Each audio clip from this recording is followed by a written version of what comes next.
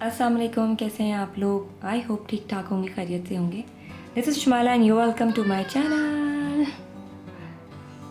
आज का दिन थोड़ा सा डिसऑर्गेनाइज हो गया था मुझसे, क्योंकि इसका सबसे बड़ा रीज़न तो ये है कि रात में देर देर तक जाग रही हूँ मैं, व्लॉगिंग की वजह से, एडिटिंग की वजह से, और साथ में ऑफ कोर्स रमज़ान भी है, तो ज़ाहिर है बंदा थोड़ा एडिशनल इबादतें करता है।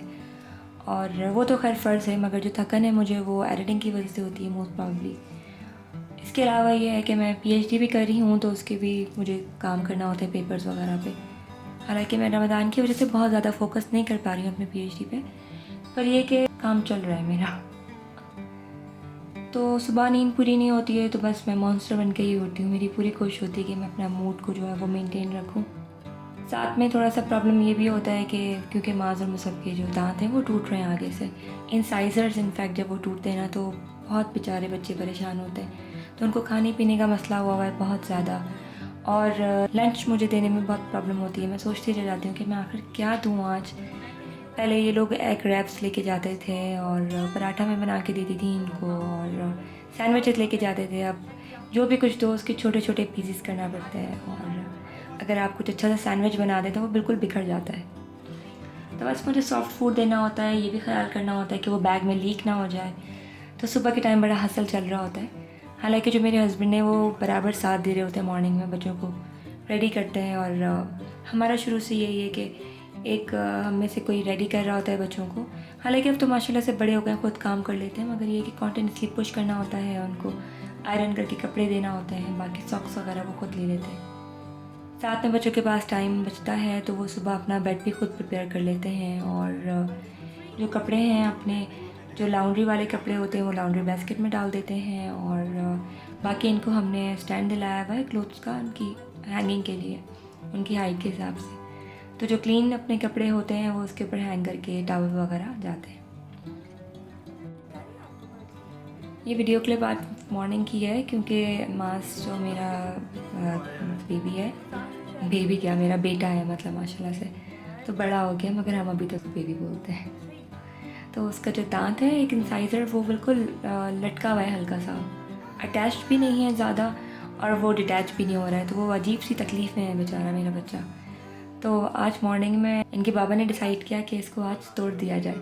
तो आज ही हम मॉर्निंग में ये सारा काम कर रहे हैं। उसका ये जो टूथ है उसको प्लग आउट करना है। तो बस वो थोड़ा सा परेशान हो रहा था, पर ये कि जब टूथ पुल आउट हो गया तो बड़े सुकून में आ गया। थोड़ी सी स्वेलिंग है, बट आई होप कि it will settle soon. Musab को थोड़ी सर्जरी करी हो, लाइक कांट सी। बेटा ऐसे हिलाओ नहीं ना मुसब, मास।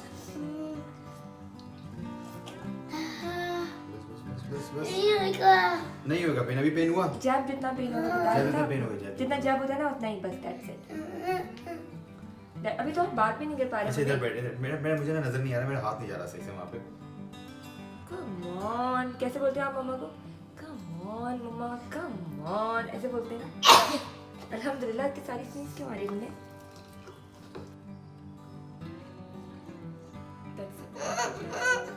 बस हो गया बस इतना पेन था, चले जा। बस मेरा बेटा, चले, बस बस, मेरा बस, बेटा। बस।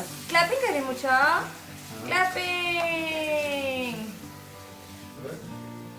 गुड मॉर्निंग फेस तो देखो ये क्या हो रहा है। Go to the toilet. तो बस आज एक्सेप्शन ये थी कि आज मेरे हस्बैंड को भी ऑफिस जाना था। और यूजुअली जब से वर्क फ्रॉम होम स्टार्ट हुआ है, पिछले लॉकडाउन से ही इनफैक्ट, जब बच्चों को स्कूल जाना होता है तो मेरे हस्बैंड ड्रॉप करने के लिए जाते हैं when he is at home. तो मैं मॉर्निंग में थोड़े बहुत काम निपटा लेती हूँ।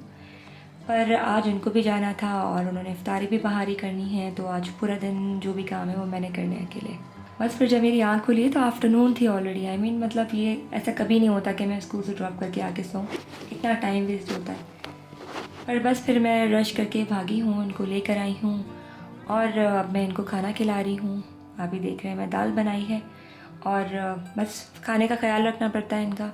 तो मैंने अभी एक आइडिया सोचा कि वो एक रोटी ली और रोटी के ऊपर मैंने दाल डाली, मसूर की जो दाल है, और बस उसके ऊपर मैंने हल्का सा घी का तड़का लगाया है और रोटी के साथ मिक्स करके दे दिया, ताकि ये जो इसके निवाले हैं वो सॉफ्ट हो जाएं। तो अभी ये लोग यही खा रहे हैं और अब माज़ और मुसब सोएंगे। ताकि मैं फिर अपनी इफ्तार की तैयारी करूँ। पहले मेरा इफ्तारी बनाने का बिल्कुल मूड नहीं था और मैंने यही सोचा हुआ था कि मैं ऑर्डर कर लूँगी। साथ में जो मेरे हस्बैंड हैं मुदी, उनको भी यही हो रहा था क्योंकि वो खुद बड़ी लेविश इफ्तार करने वाले थे आज, तो उनको यही हो रहा था कि तुम भी कुछ अच्छा सा ऑर्डर कर लो। पर फिर मैंने अपना माइंड चेंज कर लिया क्योंकि कोई भी फूड डिलीवरी होती है तो उसके लिए भी इतना वॉक करके आपको जाना पड़ता है नीचे, और बस इतना टाइम पे पहुंच पाता, तो मैंने सोचा कि मैं खुद ही बना लेती हूँ। तो ये फ़िश है, मैंने सुबह बना ली थी, है अवन में रख ली थी। बहुत ईजी पीजी होती है ये रेसिपी। तो अवन में जो चीज़ें या फिर जो चीज़ें एयर फ्रायर में बनानी होती हैं तो वो बड़ी आसान रहती हैं मुझे, क्योंकि उसमें टाइमर लगा होता है, वो खुद ही बंद हो जाता है, आप थोड़ा सा सेट कर लें। तो ये जो फ़िश है मैंने मैरिनेट करके रखी हुई थी और बड़ी इजी पीजी रेसिपी है। इसके अंदर मैं सॉल्ट डालती हूँ, कायन पेपर डालती हूँ, ब्लैक पेपर डालती हूँ और लेमन जूस मैं अच्छा खासा इसके ऊपर डालती हूँ और लहसुन अदरक हल्का सा लगाती हूँ। और अगर आपकी मर्ज़ी हो तो आप इसके अंदर थोड़ा सा ऑर्गेनो और अजवाइन वगैरह हल्का सा डाल सकते हैं। अदरवाइज़ पैकेट वाले मसाले भी फ़िश फ्राई के जो मिलते हैं वो बहुत अच्छे होते हैं, आप उसको भी हल्का फुल्का लगा सकते हैं। और बस मैं इसको इस तरह का जो ये बॉक्स है सील्ड बिल्कुल, उसके अंदर मैं डाल के फ्रीज़ कर लेती हूँ ताकि इंस्टेंटली मेरे पास एक चीज़ मौजूद हो। फ़िश तो बनती भी जल्दी है, पर ये कि अगर आप फ़िश को फ्रीज़र में रख रहे हैं तो या तो आपके जो बैग्स हैं या फिर जो आपका बॉक्स है वो एयर टाइट होना चाहिए, वरना फ़िश की जो स्मेल है वो पूरे फ्रीज़र में आ जाती है। तो बस ये मैंने निकाल के डिफ्रोस्ट कर लिया था। बच्चों को जब मैं ड्रॉप करने के लिए जा रही थी मैं फ्रीज़र से निकाल के गई थी और वापस आकर बस मैंने इतना ही काम किया था कि ओवन के ऊपर वैक्स पेपर स्प्रेड करके हल्का सा ऑलिव ऑयल डाला था और ये फ़िश मैंने रख कर उसको कुक कर लिया था। पर इस टाइम तक मेरा मूड हो रहा था कि मैं थोड़ी सी क्रिस्पी फ़िश खाऊं, तो मैंने जो है वो उसको फॉइल में रैप किया और एयर फ्राई कर लिया। इस तरीके से थोड़ी गर्म भी हो गई खाने के लिए, और क्योंकि मुझे थोड़ी सी क्रिस्पी चाहिए थी तो मैंने फॉइल में यूँ की कि फॉइल में करने से ऊपर से तो थोड़ा क्रिस्पी हो जाएगा, अंदर से सॉफ्ट होगा। साथ में मैं बना रही हूँ ये वेजिटेबल सैलेड, और इसके लिए सबसे पहले मैंने लिए हैं लेटस लीव्स और साथ में ये मैंने लिए हैं ऑलिव्स। पिटेड ऑलिव्स कट हुए हुए मिलते हैं और this is the healthiest form of the olives. साथ में मैं इसके अंदर डालूँगी एवोकाडो और इसके अंदर है बेल पेपर, शिमला मिर्ची, और क्या डाला था मैंने और मैंने इसके अंदर थोड़ा सा एप्पल डाला है और थोड़ा सा आड़ू डाला है। इन सारी क्वांटिटी आप अपने हिसाब से एडजस्ट कर सकते हैं, और बल्कि ये तो मैंने 2 सर्विंग्स बना दी हैं। आई डोंट थिंक मैं पूरी खा सकती हूँ, तो मैं इसमें से हाफ़ ही खाऊंगी, बाकी जब हस्बैंड आएंगे तो उनको खिला दूँगी। तो ये सारी चीज़ें मैंने इसके अंदर डाल दी हैं और अब बारी आती है इसकी ड्रेसिंग की। तो इसकी ड्रेसिंग की आप रेसिपी गौर से देखें और इसको ज़रूर ट्राई कीजिएगा, आपको बहुत मज़ा आएगा। तो इसमें मैं डाल रही हूँ एप्पल साइडर विनेगर, और एप्पल साइडर विनेगर में बहुत सारे लोगों को स्मेल आती है, पर trust me this is really healthy, आप इसको ट्राई कर सकते हैं। और अगर आपसे बिल्कुल स्टैंड नहीं होता खैर इसका टेस्ट या इसकी स्मेल, तो फिर आप वाइट विनेगर भी ले सकते हैं, पर बेहतर ये कि आप एप्पल साइडर विनेगर ही लें। मैं इस पूरी क्वांटिटी के लिए half table spoon of Apple cider vinegar ले रही हूँ, half table spoon of honey ले रही हूँ। हनी की आप क्वांटिटी थोड़ी सी बढ़ा सकते हैं। इसके अंदर मैं थोड़ा सा नमक स्प्रिंकल करूँगी, थोड़ी सी काली मिर्ची स्प्रिंकल करूँगी, और मैं इसके अंदर मैं थोड़े से जो है वो तिल डालूँगी और उसको अच्छा सा मिक्स कर दूँगी मैं ग्लास के अंदर।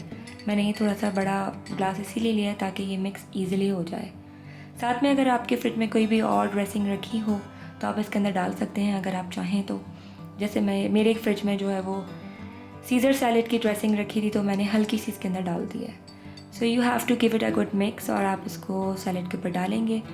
अगर आप चाहें तो इसके ऊपर चीज़ भी डाल सकते हैं, बहुत अच्छा लगता है चीज़ के छोटे छोटे से पीसेस। ब्रेड को अगर आप स्मॉल पीसेस में कट करें और अवन में या फिर आप एयर फ्रायर में उसको अच्छे से बना लें तो वो बड़े क्रिस्पी से बनते हैं और वो सैलेड पे बहुत अच्छे लगते हैं।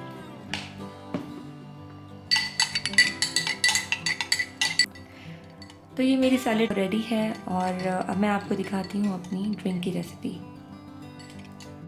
मेरे पास वाटरमेलन कट हुआ रखा हुआ है, और वाटरमेलन वैसे भी मेरा मोस्ट फेवरेट फ्रूट है। ये मैं वाटरमेलन डाल रही हूँ, और इसकी जो स्वीटनेस है वाटरमेलन पे डिपेंड करती है, क्योंकि मैं इसके ऊपर कोई भी एडिशनल स्वीट्स नहीं डालूँगी। साथ हाफ़ ग्लास ऑफ वाटर डालूँगी, और थोड़ा सा इसके अंदर मैं पुदीना डाल रही हूँ, तो थोड़ा सा मैं पुदीना डालूँगी और थोड़ा सा इसको गार्निशिंग के लिए रख दूँगी साइड पे। और थोड़ा सा लेमन स्प्रिंकल होगा and you just give it a good blend और आपका जो ये ड्रिंक है हेल्थी वो रेडी है। आप इसके अंदर चाहें तो हल्का सा सॉल्ट स्प्रिंकल कर सकते हैं, नहीं तो आप काला नमक स्प्रिंकल कर सकते हैं, एज़ यू लाइक। तो ये थी मेरी सिंपल सी इफ्तारी। खैर सिंपल तो नहीं है, इसके अंदर फ़िश है और इतनी फैंसी सैलड है और ये ड्रिंक है, पर बहरहाल ये कि I am going to enjoy it now. और पहले मैं ये कैंडल लिट कर लूँगी। In fact I just love candles और फ्रेगरेंसेस, वो ऐसी चीज़ें हैं जो मेरे अंदर बड़ी गुड वाइब्स लेकर आती हैं। तो बस अब मैं ये अकेले इस इफ्तारी को अपने एंजॉय करूँगी और उसके बाद फिर मुझे मगरिब की नमाज़ पढ़नी है, उसके बाद इशा की नमाज़ पढ़ूँगी और कुरान पाक पढ़ूँगी और फिर आज मैं मोस्ट प्रॉब्ली जल्दी सो जाऊँगी। और ये जो मेरा वॉइस ओवर है, this is the first time कि मैंने लाइव वॉइस ओवर कर रही हूँ और मतलब I don't know how you respond to it. तो अपना ख्याल रखिएगा और मुझे दुआ में याद रखिएगा। अल्लाह हाफ़िज़।